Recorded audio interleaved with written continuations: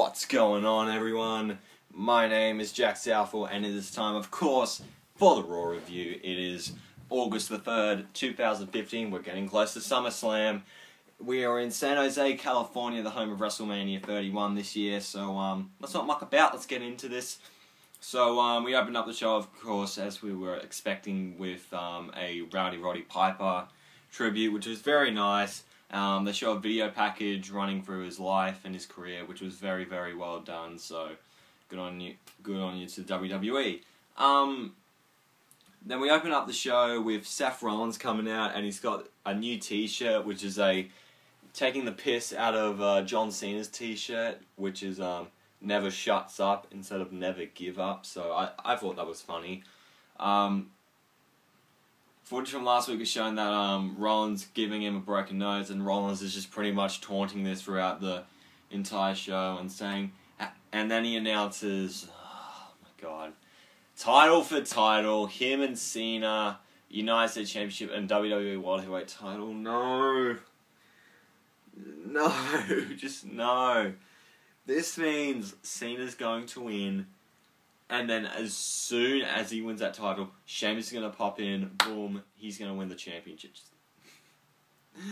No! Just no! Oh my god. Lord help me. Just, it's terrible. I hate it, honestly, that they're actually doing this. It's a lose-lose situation, because if Rollins wins the US title, what does that mean for him? Nothing. And of course, we all know Cena, when he wins the world title, the fucking earthquakes happen, bloody tsunamis happen, genocides happen in public schools, like the worst thing ever happened. So then, he then decides he's going to do an open challenge for his WWE World Heavyweight Championship, which I thought, okay, pretty cool. And JoJo was then in the ring and talking to him, and he's saying, okay, you must be under 6 feet tall and weigh 200 pounds. So it's like, he wants a match with El Torito. Instead, we get Neville come out because he's under 6 feet tall and weighs under 200 pounds. So I'm like, oh, very, very, very smart, you two. So, of course, we got Rollins and Neville for the World Heavyweight Championship. Very, very enjoyable match. Lots of great stuff here. Neville did like a moonsault corkscrew kind of thing off the top rope, which looked awesome on the outside. But it was the near falls were fantastic. Neville, I believe. Oh god. So then I'm having a look here. So Neville went up to do a red arrow, but counters on the way down. Rollins levels Neville with a huge clothesline, and Neville gets a roll up to like 2 3/4. It was ridiculous. And then he went up to do the red arrow. Fans are freaking out, and he holds him up, for the cover. But Rollins puts his leg on the rope, and for a second I thought, did Neville win the title? And then I thought, oh shit, it's the leg. Then of course he went up to do it again. Of course Rollins missed, hit pedigree, and won the match. Very, very fun opener. I definitely enjoyed it. Good job to you two. So next up we get the New Day and the Ascension versus the Lucha Dragons and Los Matadores in an 8-man tag team match. Of course, primetime players are on commentary this time.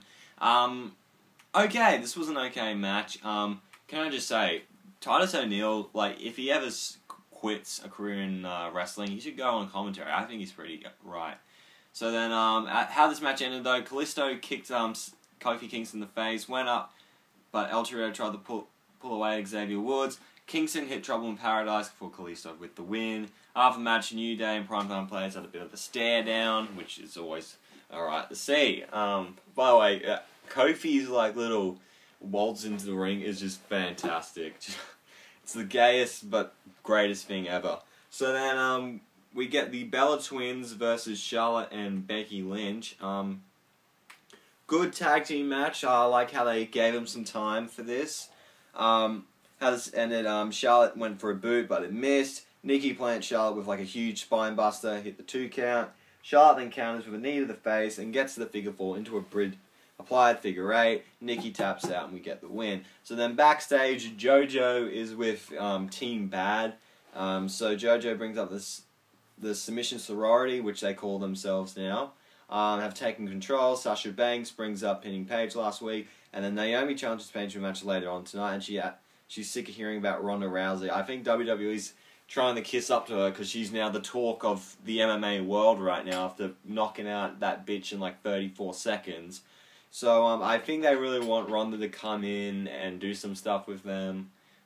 Anyway, we get a Miz TV segment with Kevin Owens and Cesaro. Miz came out and said the second greatest talk show, with the first being Piper's Pit. So a bit of a 50-second face turn for some reason, and he welcomes everyone to Miz TV. Judge on Tough Enough, host Miz TV, and star of Santa's Little Helper, which is going to be shite. He suggests Ryback vacate the Intercontinental Championship as he continues to nurse his injury. Miz says the next two guests are currently on fire. The WWE. Kevin Owens comes out and they're just having some friendly banter. But then Cesaro comes out and like Cesaro section signs are coming up and it's great. And he just interrupts when they're talking and they have a bit of a squabble and like Owens said no matter how hard Cesaro works, he will never be as good as him, will never match his God-given natural abilities for the business. And then Cesaro says he isn't jealous, he's ashamed, and thinks he's a prick and all that. And so Owens stands up and makes fun of the chair sticking to him. Owens says he's accomplished more in 3 months than he has in 3 years.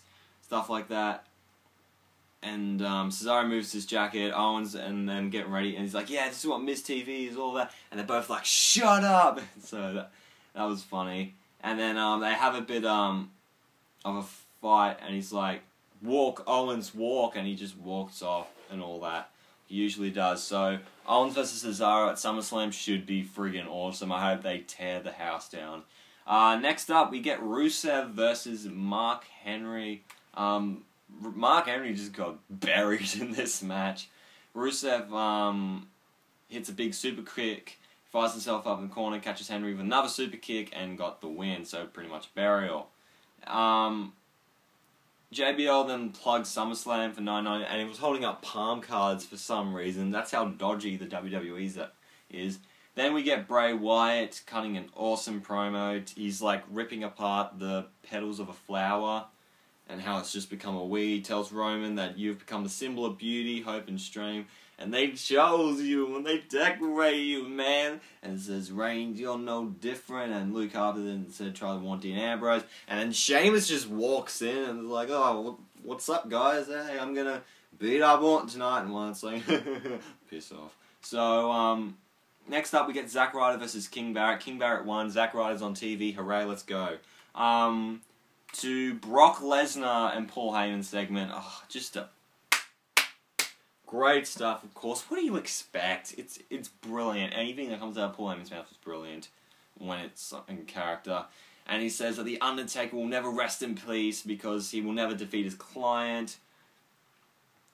And he calls Undertaker submissive little bitch, and I'm like, oh, damn. Lesnar comes out, he gets the bloody steel steps, throws him into the ring, and just steps on it like he's on a pedestal or whatever. And he says how Vince McMahon was scared when The Undertaker just got beaten up by Lesnar. And he's just going crazy, building up SummerSlam, and he goes, the Conqueror, Brock Lesnar. We all know how it goes. It's fantastic. Go check it out on YouTube. Great shit. Then we get Paige versus Naomi. An okay Divas match as well. Paige hit the drop kick to Naomi. Naomi catches Paige with a kick to the head. Naomi then misses a crossbody attempt from the top. Another super kick, locks in the PTO, and Naomi taps out. Great stuff overall. Paige was also on Stone Cold Steve Austin's podcast on the WWE Network. I just finished watching it. Very, very interesting stuff. I liked the stories. She talked about her family and all that. Good stuff. Go check it out. Then we get Stephen Amell from the show Arrow. He plays the Green Arrow in the DC Universe. And he's going to be on Raw next Monday. We've all heard the rumors that he's going to face Stardust at SummerSlam. So he's going to confront Stardust. Should be very interesting. Then we get out to our main event, which is Randy Orton, Roman Reigns, and Dean Ambrose versus Sheamus, Bray Wyatt, and Luke Harper. Yeah, you know, just, it was okay, this match. It was not 5-star quality, but it wasn't terrible by any means. Lots of great stuff. So, how this match ended, Reigns hit the Superman punch to Sheamus. Harper hit the super kick to Reigns. Ambrose levels Harper with a big clothesline. Harper then,